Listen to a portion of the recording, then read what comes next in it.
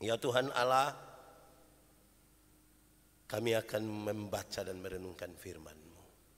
Kami mohon kepadamu supaya seperti tanah, biarlah kami tanah yang subur. Biarlah kami tanah yang baik, yang akan menerima bibit dari pemberitaan firman ini dan akan bertumbuh berbuah dalam hidup kami. Kami boleh pakai itu sepanjang tahun 2024 dalam penyertaan Tuhan atas kami sekalian. Memberkati seluruh jemaat dan semua orang yang mengikuti ibadah ini. Memberkati hamba-Mu yang berdosa ini yang Kau percayakan menjadi saluran berkat bagi jemaat-Mu hari ini. Jauhkanlah semua penggoda pencobaan, biar di dalam damai-Mu kami belajar firman Tuhan. Terpujilah nama-Mu, di dalam nama Yesus Kristus, firman yang hidup itu kami berdoa. Amin. Bapak Ibu Saudara-saudara, tema kita hari ini adalah melibatkan Tuhan dalam perencanaan. Pembacaannya terambil dari surat Yakobus pasal 4 ayat 13 sampai ayat yang ke-17. Yakobus pasal 4 ayat 13 sampai ayat yang ke-17. Untuk itu sejemput jemaat Tuhan berdiri. Jangan melupakan Tuhan dalam perencanaan. Jadi sekarang, hai kamu yang berkata, hari ini atau besok kami berangkat ke kota anu dan di sana kami akan tinggal setahun dan berdagang serta mendapat untung. Sedang kamu tidak tahu apa yang akan terjadi besok. Apakah arti hidupmu? Hidupmu itu sama seperti uap yang sebentar saja kelihatan lalu lenyap. Sebenarnya kamu harus berkata, jika Tuhan menghendakinya, kami akan hidup dan berbuat ini dan itu. Tetapi sekarang kamu memegahkan diri dalam congkakmu, dan semua kemegahan yang demikian adalah salah. Jadi, jika seorang tahu bagaimana ia harus berbuat baik, tetapi ia tidak melakukannya, ia berdosa. Demikian firman Tuhan. Berbahagia setiap orang yang mendengar firman, memelihara dan melakukan dalam hidup setiap hari. Haleluya. Haleluya, haleluya, haleluya. Mari silakan duduk semuanya. Bapak Ibu Saudara-saudara, Shalom. Selamat tahun baru buat kita semua. Baik, setelah ibadah hari ini ada yang sudah punya rencana, misalnya makan kos sebentar. Bisa kami juga diundang. Saya membayangkan saudara-saudara bahwa kita semua punya rencana. Rencana itu banyak dan itu baik sekali. Tetapi belajar dari tahun-tahun sebelumnya, saudara-saudara, ternyata apa yang kita rencanakan belum tentu semuanya berjalan seperti apa yang kita mau. Bahkan mungkin kalau kita jujur, dari 10 rencana, mungkin lebih banyak itu yang tidak pas dengan kita punya mau di akhirnya. Banyak yang melenceng malah. Bapak Ibu Saudara-saudara, memang hal itu serius. Direncanakan sesuatu itu baik. Saudara-saudara, ada satu orang diterima kerja di satu perusahaan, dia senang sekali. Terus dalam diskusi terakhir dengan pimpinan perusahaan soal tunjangan, pimpinan perusahaan bilang begini, Pak, minta maaf, untuk proteksi kesehatan itu hanya kami berikan bagi Pak saja, keluarga tidak. Ini orang marah ini. Lah kenapa begitu, hanya untuk saya? Memang itu dari perusahaan hanya bisa untuk Pak, tidak untuk istri, anak-anak, itu tidak. Ah, Pak, masa begitu? Perusahaan dulu tempat saya kerja itu dia proteksi semua. Saya, istri, anak-anak, bahkan kakek nenek semua diproteksi kesehatan. Bahkan kami disiapkan untuk berlibur semua. Terus pimpinan perusahaan ini bilang begini, lalu kenapa Bapak keluar dari itu perusahaan yang baik itu? Terus dia bilang, ya mau bilang apa Pak, sudah bangkrut itu perusahaan. Apa maksudnya? Memang kalau tidak direncanakan dengan baik ya bangkrut. Semua butuh direncanakan. Baik saudara-saudara, lalu kita membaca bagian ini saudara-saudara, yang sebenarnya secara jelas ingin menegaskan beberapa hal untuk kita renungkan bersama. Bahwa merencanakan sesuatu tidak boleh hanya melihat kepada kapasitas. Tidak boleh. Ini orang punya kapasitas. Dia sarjana ekonomi, hitung-hitungan ekonominya bagus. Ini punya pengalaman usaha yang bagus. Dia sudah mantap, punya kapasitas untuk itu. Tapi teks ini ingin menyoroti. Merencanakan sesuatu tidak hanya dipusatkan pada kapasitas. Tidak bisa. Mestinya orang berpikir sesuatu yang lain, yaitu ada tangan yang tidak kelihatan, ada Tuhan yang turut bekerja, yang bisa mendatangkan apapun bagi umat percaya. Sehingga kalau hanya ditujukan kepada kapasitas manusia, pembacaan tadi bilang begini, manusia hanya seperti uap. Sebentar dia ada, besok dia tidak ada. Saudara-saudara, ada 1-2 orang ketika merencanakan sesuatu dengan sangat baik, karena kepala keluarga itu orang yang memang punya pengalaman yang bagus, dia buat segala sesuatu bagus sekali. Perjalanan baru menuju tengah tahun, ternyata kepala keluarga itu meninggal. Ibu dan anak-anak menangis. Dan salah satu yang paling menyedihkan adalah mereka mengatakan, ini barang kita sudah kerjakan sekian lama tapi papa sudah tidak ada, lalu bagaimana untuk selanjutnya? Manusia hanya seperti uap. Sebentar saja ada dan kemudian dia tidak akan ada lagi. Jadi jangan hanya menggantungkan harap kepada kapasitas seseorang atau pada kapasitas sebuah lembaga. Ini perencanaan orang-orang beriman. Itu pertama. Kedua, teks ini ingin mengatakan bahwa manusia mereka-rekakan sesuatu, merencanakan sesuatu, tapi toh pada akhirnya Tuhan menentukan. Manusia mereka-reka jalannya, tapi pada akhirnya Tuhan menentukan. Amin kok? Saudara pasti harus bilang amin. Kenapa?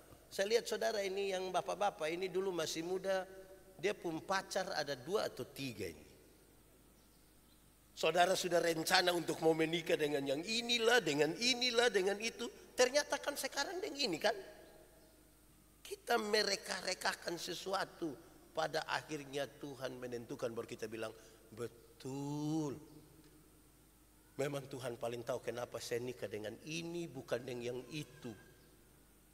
Sebab kalau ternyata kita nikah dengan itu, kita tidak tidur. Dia punya suara itu lebih dari petasan tadi malam. Jadi Tuhan suatur. Kita mereka-rekakan jalan. Tuhan menentukan. Banyak sekali kita pun reka-reka. Macam saya. Saya kan cita-cita kan jadi, saya sempat cita-cita jadi pilot. Kenapa saudara ragu dengan saya jadi pilot? Jadi memangnya saya tidak bisa jadi pilot kok. Tapi Tuhan menentukan lain, saya jadi pendeta. Mau jadi pilot bagaimana? Saya sekolah SMA waktu itu masih baiklah. Dari SD sampai SMA kelas 1 ranking 1. Turun-turun sedikit ranking 2 lah begitu. Tapi mulai SMA kelas 2 ranking 36. Dari 40 siswa, saudara bisa bayangkan. Saya tanya Tuhan, kenapa begini? Baru saya tahu, Tuhan menimbulkan rasa untuk saya mau jadi pendeta. Gitu. Saudara bayangkan kalau A1 ranking 34, lalu pergi belajar 2 kali 3 pangkat 6 bagi 7 kali 9, mati sudah kita. Pesawat tidak jadi jalan. Dari pilot saya cita-cita baru lagi, jadi polisi. Tidak jadi juga. Ternyata manusia ini mereka-rekakan jalannya. Dari polisi saya berubah lagi, saya mau jadi guru. Tidak jadi juga. Saudara pernah punya cita-cita kok? Ada kan yang tua-tua di sini kan duduk dengan cucu-cucu, dia bilang sebenarnya dulu Ba'i jadi tentara. Tapi tidak jadi. Kita hanya bercita-cita. Pada akhirnya Tuhan menentukan. Ketiga, pembacaan tadi menyeruti dengan baik bahwa ternyata saudara camkan ini baik-baik. Orang sombong tidak akan pernah mengandalkan Tuhan dalam perencanaan. Orang sombong tidak akan merencanakan bersama-sama dengan Tuhan dalam perencanaan. Dia mengandalkan kekuatannya, dia mengandalkan pengalamannya. Dia pasti tidak sukses. Pendeta ngomong yang baik-baik. Ada kami punya orang itu dia tidak tahu gereja tapi dia sukses sekali. Jemaat yang dikasihi Tuhan, kesuksesan yang disampaikan itu dua. Ada kesuksesan yang kelihatan yang bisa disentuh, bisa diraba. Ada kesuksesan spiritual. Kesuksesan yang bisa disentuh itu misalnya dulu miskin sekarang kaya. Dulu tidak ada rumah sekarang rumah bagus. Dulu tidak ada pengikut sekarang pengikut banyak. Dulu jalan kaki sekarang naik oto. Grab. Kita anggap sukses. Tapi kesuksesan itu semua bisa direkayasa. Bisa direkayasa. Ada kesuksesan kedua yaitu kesuksesan spiritual. Kesuksesan batinia. Di kesuksesan batinia itu saudara, di sini ada kejujuran, di sini ada kejujuran. Orang lihat kita rumah yang bagus dong kepingin foto-foto di situ. Aduh Pak, rumah terlalu bagus. Iya. Yang dia lihat itu, dia tidak tahu yang kita urusan dan petugas koperasi itu dia tidak tahu. Di sini ada kejujuran. Di sini ada pengakuan dosa. Kesuksesan spiritual itu ada pengakuan dosa. Kita bisa menahan diri untuk semua dosa yang kelihatan. Tetapi yang tidak kelihatan kita tidak bisa menahan diri. Dan disinilah tempatnya. Di sini juga kesuksesan spiritual itu saudara benteng paling terakhir ketika orang berhadapan dengan godaan demi godaan. Karena apa? Dalam perencanaan itu ada godaan banyak sekali. Kita berjalan begini, satu datang bilang, yang ini Pak. Yang satu itu. Ini benteng. Mari kita jujur, waktu, tenaga, uang, kesempatan, talenta. Lebih banyak kita pakai untuk kesuksesan yang mana? Yang kelihatan, yang bisa disentuh, yang bisa direkayasa. Karena itu dia bilang begini, orang yang sombong tidak akan melibatkan Tuhan dalam perencanaan. Dan sekali ketika dia gagal, dia tidak akan lagi melihat ada tangan Tuhan yang turut bekerja untuk membangkitkan dia kembali. Karena sejak awal dia tidak pernah mengandalkan Tuhan untuk itu. Bapak Ibu saudara-saudara, lalu pesannya bagi kita itu apa? Sebelum masuk pada pesan ini, saya ingat satu kisah kecil. Ada satu anak, dia pun bapak itu ada satu pak dilantik jadi lurah. Orang bikin syukuran. Woi, waktu bikin syukuran ini orang banyak datang. Kebiasaan kita ini kan orang datang bawa amplop toh, kasih amplop di Bapak Lurah ini. Bapak Lurah senang sekali, dia istri senang. Orang-orang belum pulang semua, Bapak tua dan Mam tua masuk di dalam kamar, kok hitung-hitung ini pendapatan dong, coba hitung-hitung begini. Tiba-tiba dong anak laki-laki umur 5 tahun datang masuk di situ, lihat dia punya bapak mama ada buka-buka amplop ini, hitung. Ini anak menangis. Dia marah. Nak, kenapa menangis? Kenapa marah? Bukankah Bapak jadi lurah? Bukankah karena syukuran ini kita dapat banyak amplop? Ini anak tambah menangis lagi. Dia lari keluar, dia pun mama kejar dia. Adek kenapa begitu? Adek tidak suka begini. Kenapa? Kalau memang mau seperti ini, Bapak jangan jadi lurah. Supaya dapat amplop banyak, lebih baik Bapak kerja di kantor pos. amplop lebih banyak. Dia pun mama bilang, adek memang tidak mengerti. Di pos itu antar surat, ini ada isi sesuatu. Adek belum mengerti. Saudara, memang kadang-kadang kita seperti anak-anak. Kita belum mengerti. Yang kita lihat jumlah amplop, kita tidak melihat isinya. Tuhan yang tahu, Tuhan yang mengerti. Mari kita renungkan satu dua pesan ini. Satu, saudara-saudara, Pak Pendeta Meki pernah bilang kepada saya dalam satu dua proses yang berat di akhir tahun 2023. Pak Pendeta Meki bilang kepada saya, dia bilang begini, Pendeta Yandi, memulai sesuatu bersama-sama dengan Tuhan sangat berat. Sangat berat untuk kita mengakhirinya bersama-sama dengan Tuhan. Memulai sesuatu bersama-sama dengan Tuhan itu sangat berat untuk kita mengakhirinya juga bersama-sama dengan Tuhan. Karena dalam perjalanan memulai dengan Tuhan itu dia mengizinkan banyak sekali kendala, banyak sekali masalah, banyak sekali hal. Yang ketika kita mau mengambil keputusan untuk mengakhirinya bersama-sama dengan Tuhan itu susah. Coba saudara ingat 2023, waktu hari yang sama seperti hari ini di 1 Januari, saudara berdoa untuk memulai rencana di tahun baru 2023 itu bersama dengan Tuhan. Apakah memang saudara mengakhirinya juga bersama dengan Tuhan di setiap rencana? Sulit. Berkali-kali kalimat ini saya bilang di banyak tempat. Pak Pendeta izin saya pakai terus yang kalimat Pak Pendeta.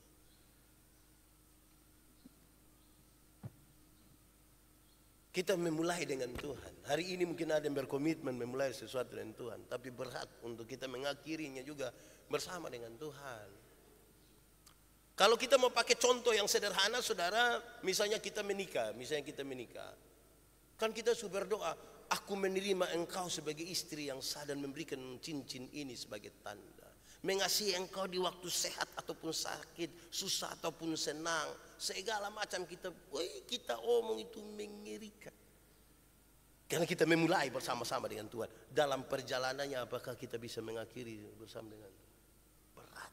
Karena Tuhan izinkan ada pertengkaran. Tuhan mulai izinkan istri punya keaslian, suami pun keaslian, itu muncul, kita bilang, kalau itu hari beta tahu papa begini, mungkin kita dua nikah lebih cepat. Memulai sama-sama dengan Tuhan cukup berat untuk kita mengakhirinya dengan Tuhan. Karena Tuhan izinkan banyak hal terjadi tuh. Hal yang kadang-kadang sulit dan bikin kita kecewa dengan banyak hal yang terjadi di depan kita. Tapi kita mau bilang apa? Kita sudah mulai dengan Tuhan.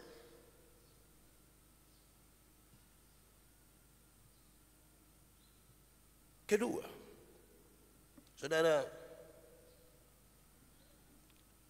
kenapa harus melibatkan Tuhan dalam rencana kita? Karena Tuhan punya rencana bagi saya dan saudara.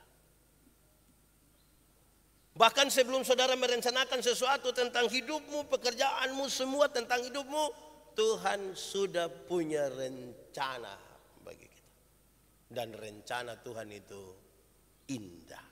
Indah rencanamu Tuhan. Kenapa saudara hanya diam-diam? Kenapa saudara hanya merenungkan sebuah suara yang bagus sekali ini? Coba kita menyanyi sama-sama. Itu indah rencanamu Tuhan di dalam hidupku. Tuhan jauh-jauh hari sudah punya rencana bagi kita.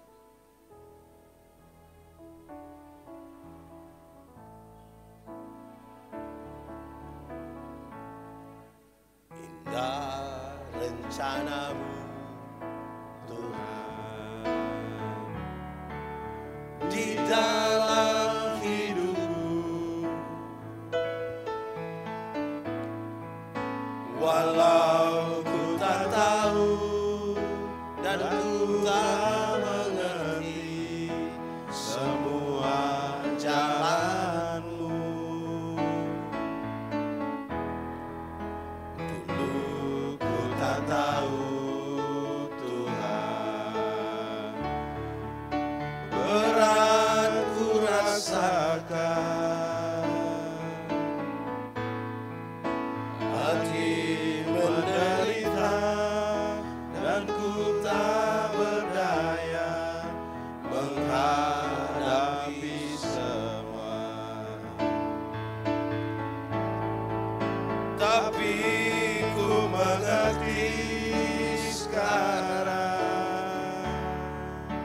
Kau tolong padaku. Kini ku melihat dan ku merasakan indah rencanamu. Tapi ku mengerti sekarang, Kau tolong padaku. Kini ku melihat dan ku merasakan indah rencanamu. Jauh-jauh hari sebelum kita berencana, Tuhan sudah punya rencana buat Yandi, buat Konelson, buat Kopau, buat Janet, buat Ibu Joy. Kita semua Tuhan sudah punya rencana. Jangan sampai kita merencanakan sesuatu yang di luar dari yang Tuhan sudah rencanakan buat kita. Dalam perjalanannya tadi, dulu ku tak tahu. Kita tidak tahu. Tapi karena berjalan bersama-sama dengan Tuhan, baru kita bilang, tapi ku mengerti sekarang. Misalnya saudara rencana dengan saya, terus saudara jalan dengan Konelson. Bagaimana saudara bisa mengerti saya rencana? Jalan dengan saya. Baru ternyata toh, jauh-jauh hari Tuhan sudah punya rencana. Dan rencana itu rencana yang baik. Ketiga, renungkanlah saudara-saudara bahwa kalau mau berencana sesuatu yang melibatkan Tuhan, rencanakanlah dan doakanlah. Rencana itu mesti rencana yang baik dan doakanlah. Dalam kaitan dengan poin yang kedua tadi, karena itu doa adalah sebuah keputusan untuk kita masuk ke dalam rencana yang sudah Tuhan kerjakan jauh-jauh hari sebelum kita merencanakan. Doa adalah keputusan untuk kita masuk ke dalam sesuatu yang Tuhan sudah rencanakan jauh hari. Banyak kali kita berdoa, kita kira habis doa baru Tuhan bekerja. Tidak.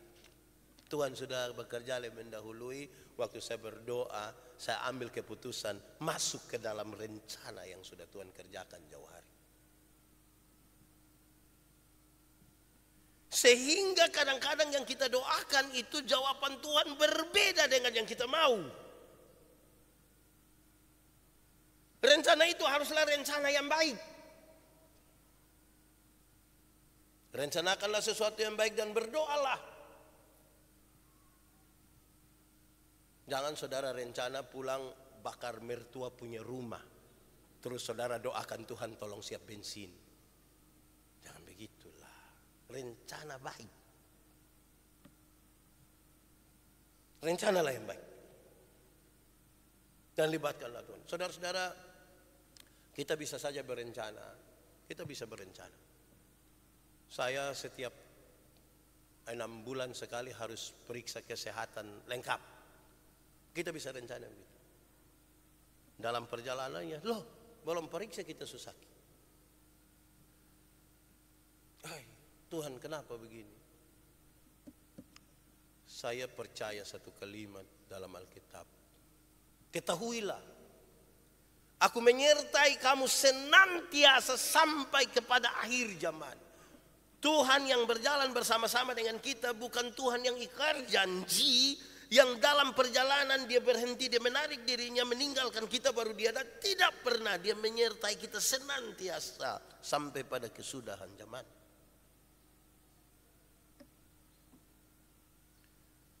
Tuhan itulah kemudian menolong kita dalam perjalanan hidup, di mana ketika kita merencanakan sesuatu dan ternyata tidak pas yang kita punya mau. Kenapa tadi? Kan dia sudah punya rencana. Kita berdoa ambil keputusan untuk masuk di dalam rencananya. Baru kita mengerti, bukan. Karena itu banyak yang kita doakan tidak pas. Kesulitan kita hari ini adalah banyak orang rindu berdoa, langsung Tuhan jawab seperti yang dia mau. Akhirnya banyak orang meragukan kehadiran Tuhan di dalam hidupnya. Kalau Tuhan ada, kenapa dia biarkan saya begini? Kalau Tuhan ada, kenapa saya susah? Kalau Tuhan ada, kenapa dia biarkan saya menangis? Saya pernah punya kisah yang saya bilang pada saudara, tahun 2002 ketika ipar saya meninggal.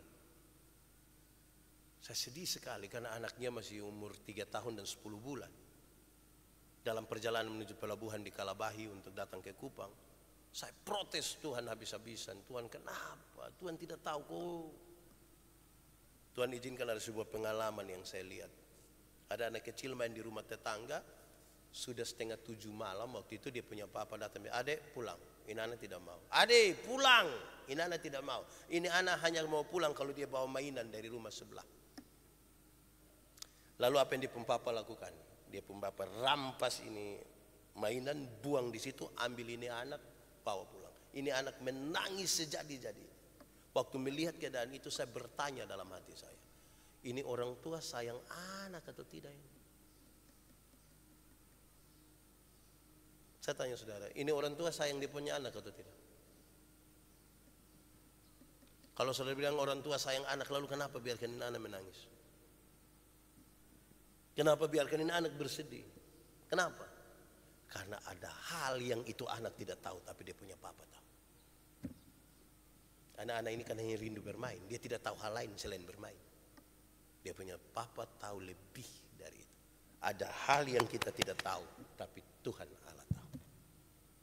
Itu yang kadang-kadang dia biarkan air mata kita jatuh, karena kita merindukan sesuatu yang sesaat dan tidak seperti apa yang dia mau untuk waktu yang panjang. Keempat, saudara-saudara ingat, buat apa-apa itu rencana. Bikin sesuatu itu rencana. Rencana dan melibatkan Tuhan. Jangan tidak buat apa-apa tapi langsung mau jadi. Jangan juga.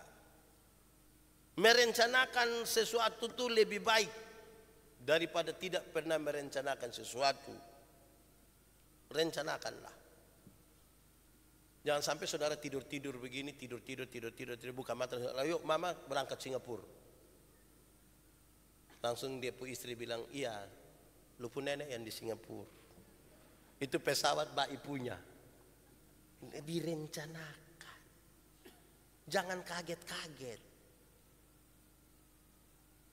Orang yang bahasa bijak tentang rencana, dia bilang apa? Orang yang rencana itu dia telah gagal apa kok begitu. Saudara lebih tahu lah. Tapi kalau kita tidak merencanakan sesuatu, kita sudah gagal lebih duluan. Rencana saudara duduk-duduk dipikir rencana apa? Rencana sudah Bagi yang muda-muda mau menikah, rencana. Jangan hanya bilang, "Pak Pendeta, coba kalau tiba-tiba." Jangan, rencana. Tapi jangan rencana jahat, rencana baik-baik. Dalam kaitan dengan itu saudara, yang keempat, yang kelima terakhir saya ingin bilang pada kita saudara, karena itu rencana itu bukan hayalan. Rencana dengan menghayal itu dua hal yang beda. Rencana berkaitan dengan sesuatu yang kita siasati dengan baik. Begini. Tuhan memang turut bekerja dalam apa yang kita rencanakan. Saya bilang kepada anak muda yang belum menikah, saya bilang begini, yang bagian Tuhan nanti Tuhan kerjakan, bagian kamu kerjakan. Misalnya kalau kamu rindu menikah, kamu punya tugas tuh, kalau ada laki-laki mau, saudara bilang, "Iya, boleh. Silahkan ke rumah ketemu orang tua." Gitu. Jangan saudara meyakini sekali bahwa Tuhan sudah siapkan, terus tiba-tiba ada laki-laki datang bilang, "Saya suka sekali." Terus minta maaf. Tuhan sudah atur semuanya, Tuhan sudah. Tidak bisa. Yang bagian kita laksanakan. Itu yang dia pernah merencana. Rencana itu bukan hayalan. Rencana itu sebuah tindakan. Karena banyak orang hanya merencanakan tapi tidak melakukan juga. Sudah rencana saja belum melakukan itu masalah. Apalagi hanya menghayal dan tidak merencanakan.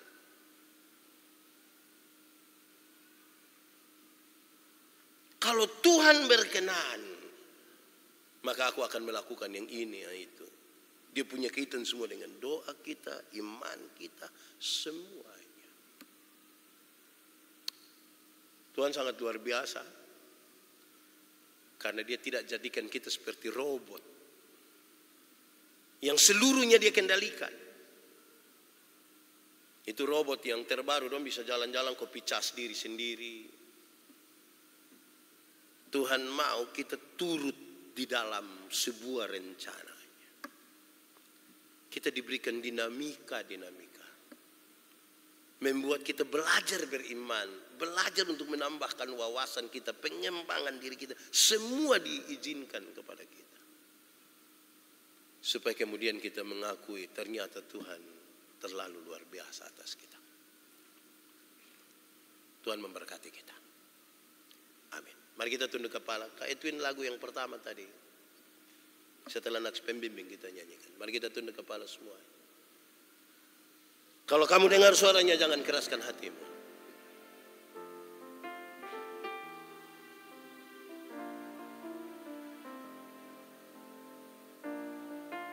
Nikmati saja 1-2 menit bersama dengan Tuhan.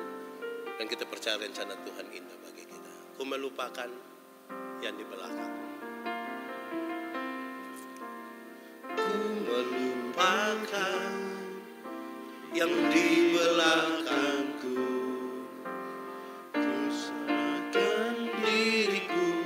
Hanya padamu Yesus, dan ku berlari kepada tujuanku. Kau beriku hari yang baru, yang lama telah berlalu. Dengan sungguh saudara katakan rencanamu. Rencanamu oh Tuhan, indah bagiku.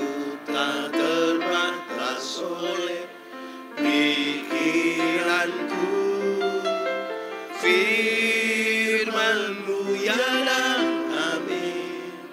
Sumber kekuatan, Kau pengharapanku.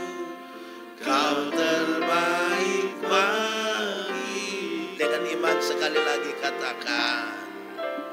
Rencanamu oh Tuhan, indah bagiku, tak terbatas oleh pikiranku. Firman-Mu ya dan amin.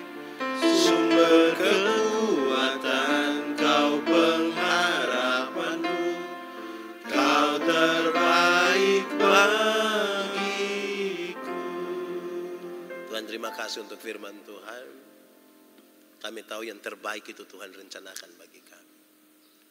Kami tahu kalau dalam perjalanannya ada kerusakan, Tuhan menolong kami memperbaikinya. Tuhan Engkau sangat baik. Tidak membiarkan kami ada dalam pengembaraan tanpa arah, tanpa rencana. Tuhan mau bersama-sama dengan kami. Izinkan kami ada dalam rencana-Mu. Karena semua yang terindah, yang terbaik itulah Tuhan ada. Kadang-kadang ada air mata, kadang-kadang ada tawa. Tapi kami pastikan satu hal bersama Tuhan. Ada sukacita dan ada yang terbaik bagi kami. Dalam nama Yesus kami berdoa. Amin.